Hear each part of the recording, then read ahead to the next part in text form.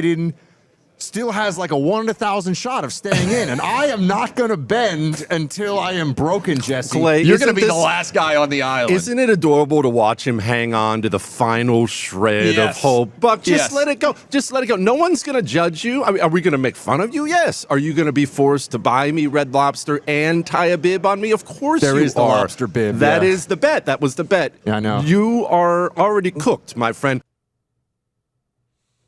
You know, I can't tell you how much I respect my friend Buck Sexton. It's not just because of his history and the fact that he does one of the great radio shows in the country. It's that he was man enough to show up today. Instead of hanging his head in shame with how wrong he's been, he's here. Joining me now, my good friend Buck Sexton, host of course, the Clay and Buck Show. Buck, I'm going to be the bigger person, as you know I always am. I'm certainly not going to rub anything in about the fact that I've been right this entire time and you've been wrong the entire time and you have to buy me dinner. I'm not even gonna bring that stuff up. I really respect that you're here, Buck. I respect you a lot. Well, I'm certainly not gonna, at this last moment, show that on top of being wrong, I'm a huge wimp. So, but let me just say, there's a couple of things that need to be understood here, all right? And I just went through a 3-hour show with Clay over this where it was like the gloat-o-meter, like every 15 minutes you had to throw a little gloat in, you know? So Biden made it, and I'm actually mad at him. I'm mad at Biden. He made it to like the very last, it's like if he's running a marathon and he tapped out on mile 25. And we actually played some old audio from the show today from 2 years ago with Clay, where he was saying, oh, well, they're going to replace Biden. Oh, wow. Oh, sorry, Buck. I didn't realize they were going to put that up there. Sorry. I'm the biscuit boy now. That's damn. Okay. All right. Look, I earned it. And you slouching as King Jesse. There's no, at least I love that the lobster is mine. That's really good. Your graphics team is good. That's solid. That's nice work. That's nice work. You know that an orange lobster is a real thing, and it's like 1 in 30 million. Fun fact. 1 in 30 million. So I can't promise Jesse I'll get him an orange lobster. Anyway, Biden, Jesse, was right there. He didn't get replaced after the midterms. He didn't get replaced at the start of the primary. There was no primary. 14 million Democrats voted for him. All the Democrats were going along with this. All the media was going along with this. But the idiots around him were like, let's have a debate really, really early. That'll turn things around. And I can say this now because it doesn't matter. I want to be like, no, you morons. Everybody knows he has dementia. They're all going to see it. What are you doing? I'm going to lose my bet. They blew a 3-touchdown lead in the fourth quarter for the team, with the Biden team, Jesse. This is madness. And the even crazier part, Kamala Harris has no chance, no chance of beating Donald Trump in this election. And so what? It's going to be somebody else now? They just all endorsed Kamala today. This is insane. I should have won my bet, but Democrats are morons. They are morons. And actually, I really do. Honestly, we'll set aside the gloating portion now and get down to the nitty gritty of it. I want your analysis on what you think happened, or at least what you think pushed this decision over the top. As you know, we still haven't heard from Joe Biden, which is really, really odd. Withdrawing from the race and not making yourself even seen alive is odd, and now theories are running wild, but we'll set that aside. Was it the Pelosi knifing? Was it the super PAC cutting off the money? What was the thing in your eyes that teamed Biden find it out and said, you know, guys, it's over, let's hang up our spurs? What was it? I think they got people close to him who said, because let's be very clear, if it was Biden just doing what's best for the country, which is now the big narrative, that's the story, which is hilarious because Joe Biden only cares about himself, he would have done this a month ago. Like, why? Because it's not just about the extra humiliation that Biden got by dragging this out, which was unnecessary. He also takes time away from the other candidate. We know nothing now that's different than what we knew right after that debate, but he kept saying no. Jesse, did you see the Biden campaign co-chair was on the Sunday shows saying he's in, he's the guy, the decision has been made. A couple of hours later, Biden, I don't know, somebody tweets out on his X account, which we know he's not the only person who has access to it. Look, I don't have proof of this. So if you're asking me for theories, I think that while Biden, and remember, he has COVID, that's what we've been told. COVID's actually dangerous to people in their 80s, just like a cold is dangerous to people in their 80s. So he's dramatically weakened. And I think that they may have just made this a fancy French words, Jesse, a fait accompli. They might have just decided to do it and then turn to him and be like, well, there's no turning back now, buddy. Like, that's one component of it, that they basically pushed it forward and then just said, you can't change this around. The other thing would be, I think they might have said, do you want Jill to be, christening the Biden, presidential library in 3 years or not? You know what I mean? I think they went for what the legacy is financially for the family. And I think that may be the offer that they made that offer he couldn't refuse. Because I'm telling you this, Joe Biden thought that he should stay in. And Joe Biden, from an electoral perspective, was not wrong. He's a better candidate, even with dementia, than Kamala is, which I think tells you a lot about Kamala. Okay, well, yeah, it tells us all we need to know about Dome. But let's focus on that part of it really quickly, Buck. Well, why is he better? I don't understand the poll numbers. He's not a functional adult, and I realize how horrible she is. You and I have made fun of her many, many times. I get that, but how in the world could she possibly be pulling below the guy who's no longer a functional adult? A VP doesn't even do anything. Why is she so unpopular? It was a big pulse. The big pollster just came out today that Harris is nationally registered voters 9 points behind Trump. Republicans haven't had a 9 points behind Trump. That is landslide. That is losing. That truly, if that is what happens, that's losing all the swing states plus New Jersey, New Mexico, Minnesota, Virginia. I mean, it is an absolute ass kicking. Okay. And that's what they just traded. They traded down. This is why I didn't think they would do it, but they're such hysterical nincompoops. And this is the thing. I think that you're going to see Kamala Harris is going to be going actually in the wrong direction. Why? But to answer your question, why is Biden more popular? Because people vote based on habit, and they vote based on how it makes them feel to support a certain brand. And Democrats know the Biden brand. They feel like his advisors are around him but at the end of the day, they know Joe, they trust Joe. Kamala Harris, no one trusts her, and no one thinks she's impressive. And I just think that at the end of the day, everyone's going to recognize that, as crazy as it sounds, the Democrats have made their terrible situation of a dementia patient as their nominee worse with the queen of DEI. It's very bad. Progress is indeed possible, but so is the eradication of the rights and freedoms we hold dear. It is seldom a dramatic event or attack that lets fascism in the door.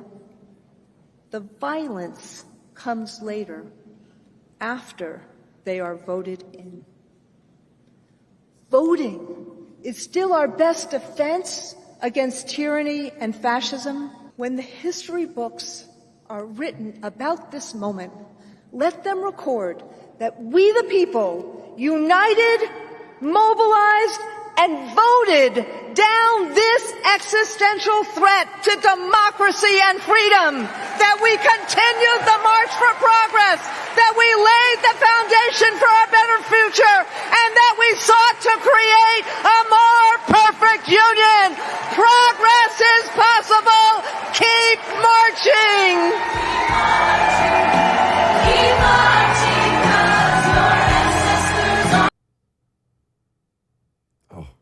Sorry, I had to take my earpiece out until she was done shouting like that. Why does she always do that? Joining me now, Tiffany Justice, co-founder of Moms for Liberty, former school board member. Tiffany, the shouting. I mean, yeah, she's a crazy, dirty communist, and I can't stand her, but the shouting, it's too much. It's too much. I think when they don't have good points, they just have to get louder, honestly. I mean, and Jesse, I mean, did they talk about education at all during that convention? I've heard, anti-Israel stuff. I've heard her, saying we need to vote, but I didn't hear anything about the fact that kids aren't learning to read in America's public school classrooms. Tiffany, that's probably the thing that has hit me the most, especially in recent years, about these filthy teachers unions is they don't even really pretend to care about the kids anymore. They're really, really naked now. They're just exposed, and it's very obvious what they are. They're Democrat activist groups, and parents are waking up, aren't they? We are waking up, but you're right. The teachers unions are the foot soldiers of the progressive far left. There is no doubt about it. 99% of the donations that the teachers unions give go to Democrats, and they are the boots on the ground getting out the vote. And so moms and dads are waking up. I'm sad to say that we didn't wake up earlier than we are right now, but we are mobilizing, and we realize the influence that teachers unions have had in our kids' education and on school boards. Certainly, I think they spent like $180,000 in one district on school board races. And so Americans need to know that we need to put money, time, and effort into reclaiming and reforming America's public schools. We ceded the ground to the left, and this is where we are now.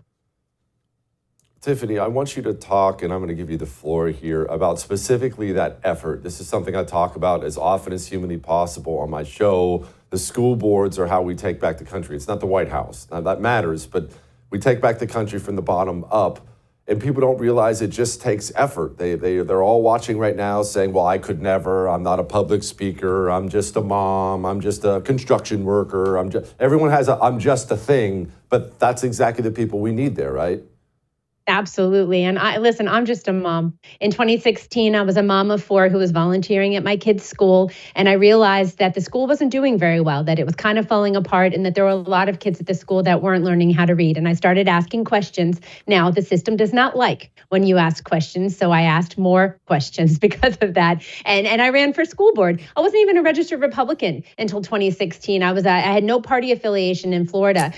So the truth is that now is the time. If you're looking at someone else to be a leader in your community, the truth is that you need to be looking at yourself, and you need to step up to the plate. And that's what Moms for Liberty members are doing. We only endorse in school board races, Jesse, and we've had over 380 school board members win that were endorsed by Moms for Liberty. So that's amazing. The change that you can make on your school board is incredibly important. The largest amount of money that is spent in your community is normally on the school board. The school district in your community is often the largest employer of any group. So the impact that you can have on your own local community on school board is incredibly important. And we have school board races we have primaries coming up. And then in November, we have lots of school board races around the United States. So if you don't want to run for school board, see how you can get involved on a campaign. That's my best advice right now. Go to someone who's running for school board and say, where do you stand on parental rights? Will you help defend and protect my parental rights? And if the answer is yes, the next question you need to ask them is, how can I help you?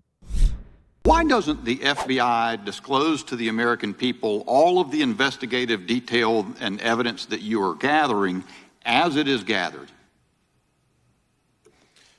Well, we have tried to be transparent with both Congress and the American people as we're going along in the investigation, frankly, unusually so for an ongoing investigation, given the sheer nature of it.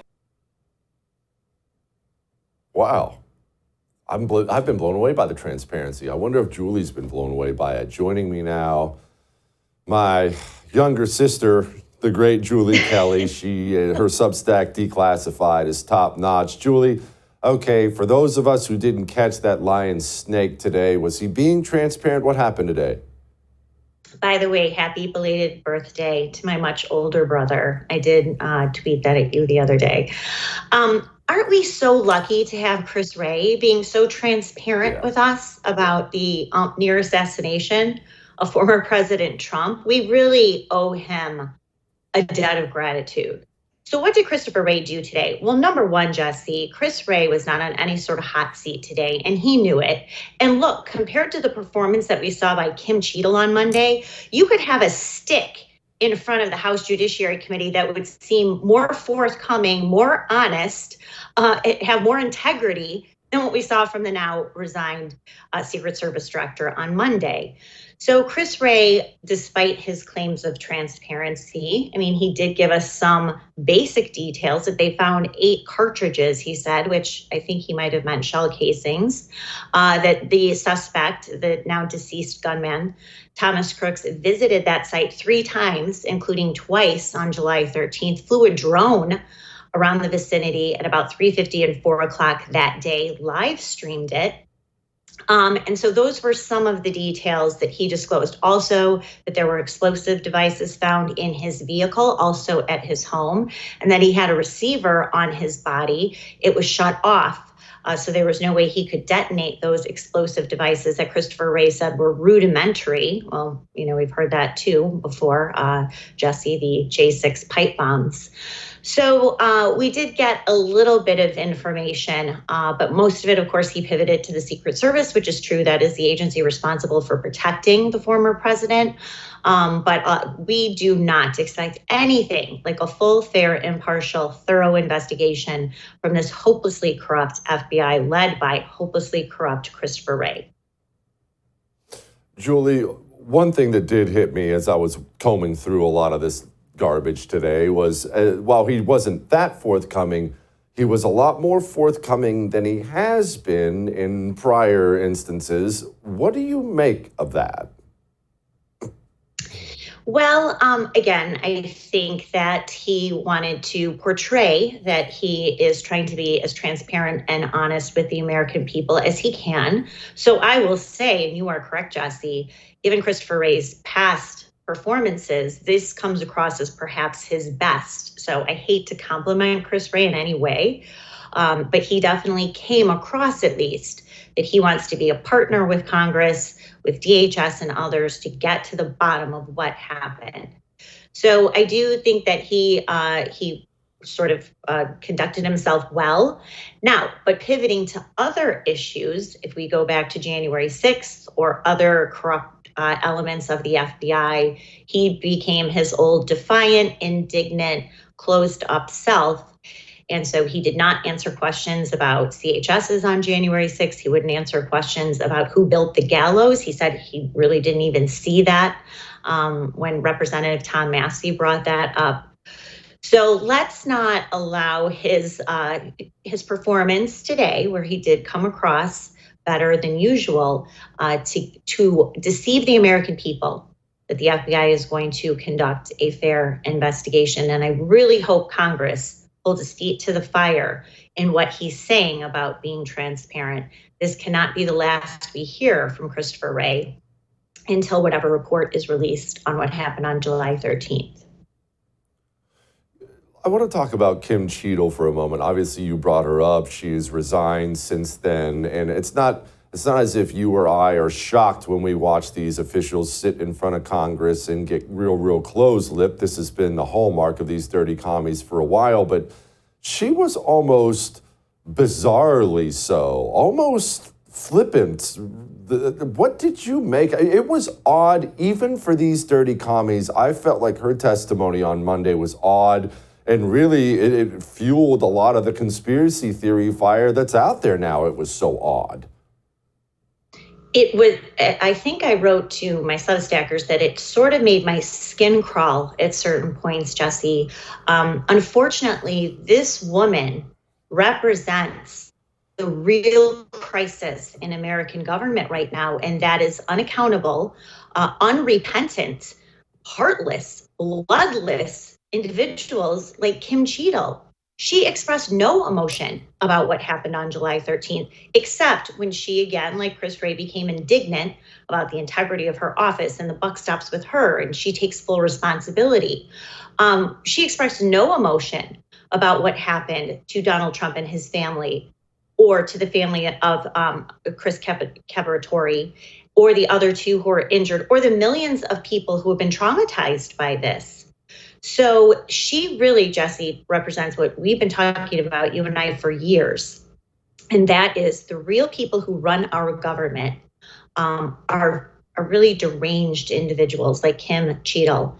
And that is a crisis that we know the Republicans have allowed. In fact, they have fostered individuals and officials like Kim Cheadle by holding no one responsible.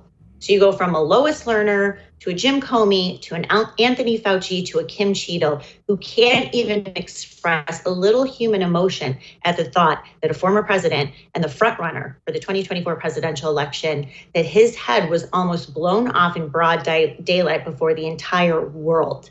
she feels no remorse about that whatsoever. Julie, I thought how the Democrats handled today's hearing with Christopher Wray was pretty revealing. Here was this little doozy. When I applied to be an assistant U.S. attorney, I had to go through a background check. Do candidates for the FBI have to go through background checks? Yes. Would someone with dozens of felony convictions survive a background check for the Bureau? No. So they would never be hired by the Bureau? No. Well, clearly the Bureau has, you don't have to comment on this, I know you won't, but clearly the Bureau has higher standards for their hiring than one of America's great political parties. Imagine what could have happened if we had spent these thousands of hours of staff time and those millions of taxpayer dollars addressing even one aspect of the political violence that now threatens our country. Perhaps had this Republican majority lifted a finger to help a nation that is awash in guns, the assassin Butler would not have had such easy access to the weapon he used to fire on that crowd. Julie, it's all about power for these people, isn't it? Nothing, there is no country. There is nothing else. It's just power.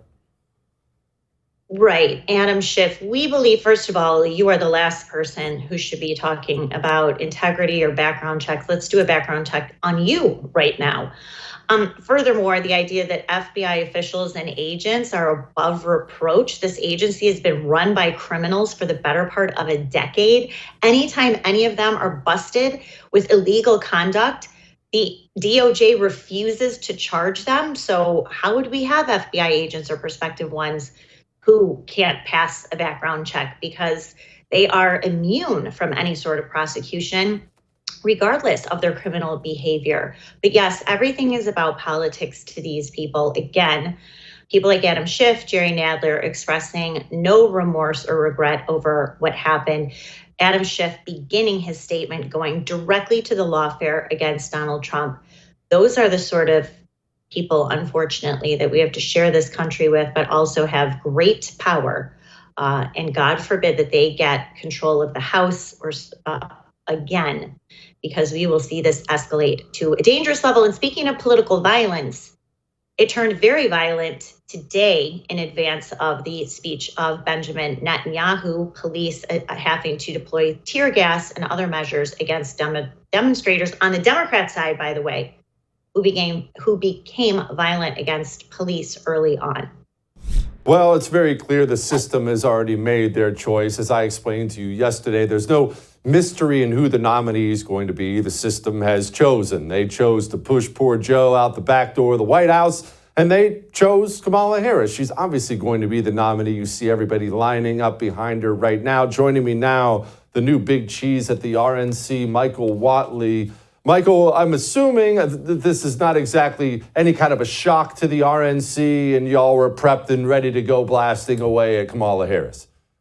Yeah, look, and really what it does is changes absolutely nothing. I mean, the Biden-Harris campaign, the Biden-Harris administration, she has been there side by side with him on every single decision that they've made. When you talk about inflation, it is because of the inflationary spending policies that she fully embraces.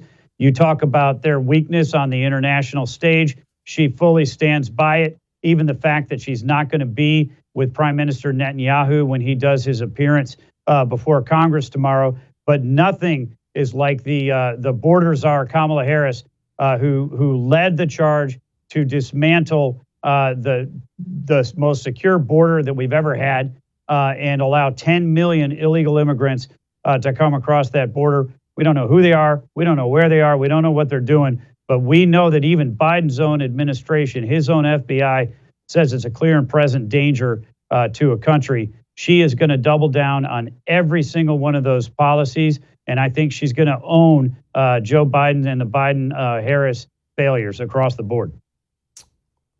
Is there value, campaign value, in focusing on the fact that she covered for Joe Biden's very clear cognitive decline? I understand elections need to be made about the big deal, inflation, immigration, obviously, as you just did right there. But look, this is what this woman did. She bent over backwards the last 3 years to cover for the fact the sitting president is not a functional adult. Now, that matters to me, but does it matter to the undecided independent? Is that something you even dive into? I think it does. I think it's really important. I mean, she basically told the entire world that he was fine, that he was sharp as a tack, that he was running circles around his staff. You know, at what point did they decide that he is no longer sharp as a tack and that he's, you know, physically incapable of running for president again? At what point did they make that call that they're going to ignore the will of 14 million primary voters on the Democratic side of the aisle and go with somebody who never won a single state in the 2020 primary and never won a single state in the 2024 primary? God, it's just amazing when you put it like that. She's never done anything. Okay, but one thing she has done, especially over the last 48 hours, is raise gobs of money. Now, that's not exactly her prowess. Clearly, the money was lined up and ready for her to become the next chosen one. But you, to your credit, have been raising great money since you took over. Fundraising was in the toilet, and you stepped in and stepped it up for the RNC. How'd you do that? Well, look, since President Trump became our nominee back in March, we've raised over $400 million. And it is really a testament to two things. Obviously, we've got a lot of great people that are working on that 24/7. But we've got President Trump. I mean, and the guy is absolutely a fundraising juggernaut. And the American people are not just voting for him in the primaries, not just voting for him and supporting him in this general. They're voting with their wallets. They are there. You know, we are seeing, you know, 95% plus of all of our donations are coming from small dollars, you know, $200 or less. And we're seeing about 30% of all of our donations are coming in from first-time donors. You know, so that really opens up an entirely new universe of people that are saying, I support this guy and I'm going to stand up and support it. On the other side, look, the Democrats are going to have a ton of money. They always have a ton of money. They spent $150 million over the last couple months trying to knock out President Trump, and all he's done is gone up in the polls. So I will take, you know, our campaign discipline, the fact that every dollar that we raise is being spent on two things and two things only. We're going to get out the vote and we're going to protect the ballot. That's where we're spending our money. And I feel very comfortable that we're going to have the resources we need to get our message out to every American voter. Our president, Joe Biden, wanted to be here today. He is feeling much better and recovering fast, and he looks forward to getting back on the road. And I wanted to say a few words about our president. Joe Biden's legacy of accomplishment over the past 3 years is unmatched in modern history. In one term, he has already, yes, you may clap.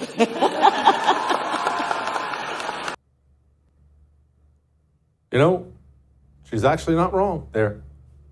He has imported so many barbarians from across the planet that it's difficult to imagine us putting Humpty Dumpty back together again. In a lot of ways, Joe Biden is one of the great Democrats in U.S. history, if you're one of these evil demons who wants to burn the country down. Joining me now, my friend Steve Deace, host of the incredible Steve Deace Show. I listen myself. Steve, look, we could all mock these people because you know Joe Biden's a disaster. I know Joe Biden's a disaster. But if your interest is in the revolution, he's been very successful, a great 4-year term.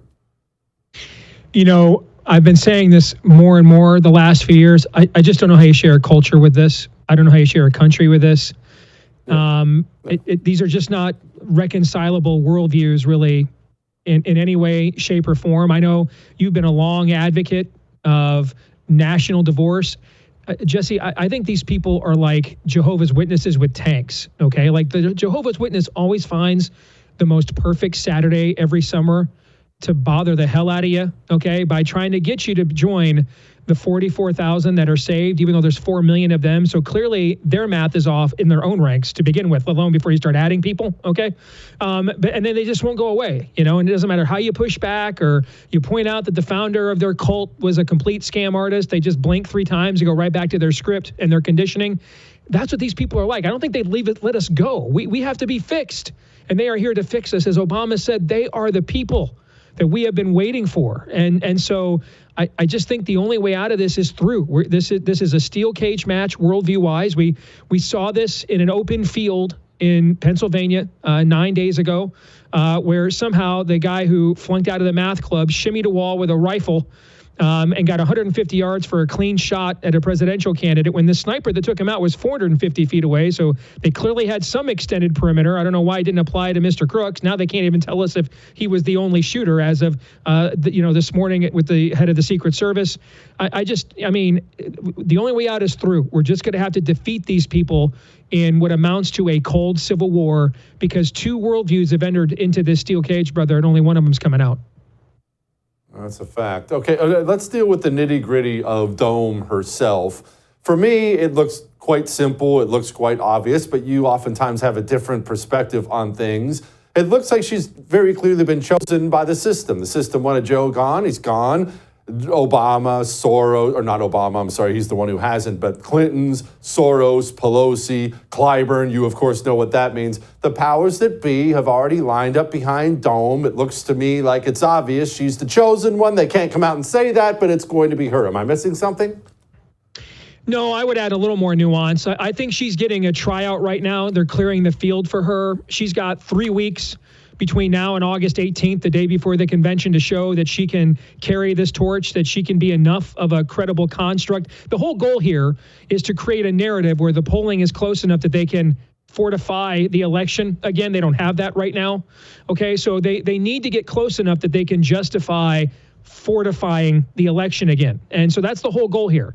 She's got until August 18th. They're going to, and because if they have to pass her over, you want to avoid all the racialist cutting of and gnashing of teeth in their own base. And you show, hey, we gave her every break. We cleared the field. Everybody backed her. She just couldn't do it. And that's why we got to go with, Josh Shapiro and Gretchen Whitmer as a ticket now to actually win. So it is likely she will be their candidate, but there's going to be an open convention if for no other reason than they need her to win something, Jesse. They can't have Trump just stand up there and say for 4 months she was selected and not elected. They need to essentially contrive a pseudo primary. So it looks like she united the party together. She won this and got the blessing at the convention in order to create that narrative. And if she can't carry the torch and she's just the same queen of cringe as before, they'll either take her out or they'll just produce a bunch of polls post Labor Day that just show a convention bounce. They're not whatever happens. I promise you, they are not going to come out of Labor Day with the same crappy polling they have right now.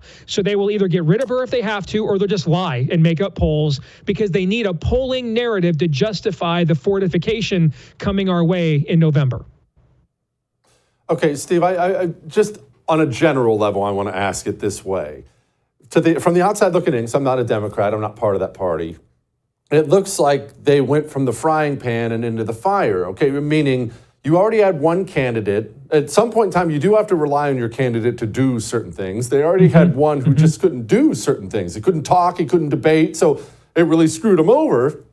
But now you've jumped into another one. Now, she doesn't have the same identical problems he does, but this is a human being who is not personally likable. Every poll shows this. She's not capable in any way. So how are they going to get her across? It may not even be about getting her across. With Joe Biden and the gaslighting of the country for years, and so you had a Jimmy Carter, Herbert Hoover concoction there, where both the policies are unpopular, but you as a brand are seen as incompetent. And when a party gets stained with that, I mean, the Republicans, it took them until they nominated maybe the greatest war hero this country's produced since Washington to be their nominee before they won a national election again after Hoover. From 1976 until 1992, the Democrats did not win another national election because of the stain of Jimmy Carter. They had to completely rebrand what Reagan did to their party after that. When you suffer a 32 or 80 level defeat, it has so many layers that you need to reinvent yourself. At least now, they keep a lot of their racial coalition together. For example, if Kamala Harris had been the Democratic nominee this entire time, a black female porn star with more followers than even the biggest conservative media influencers would not have spoken at that convention last week. The president of the Teamsters would not have spoken at that convention last week.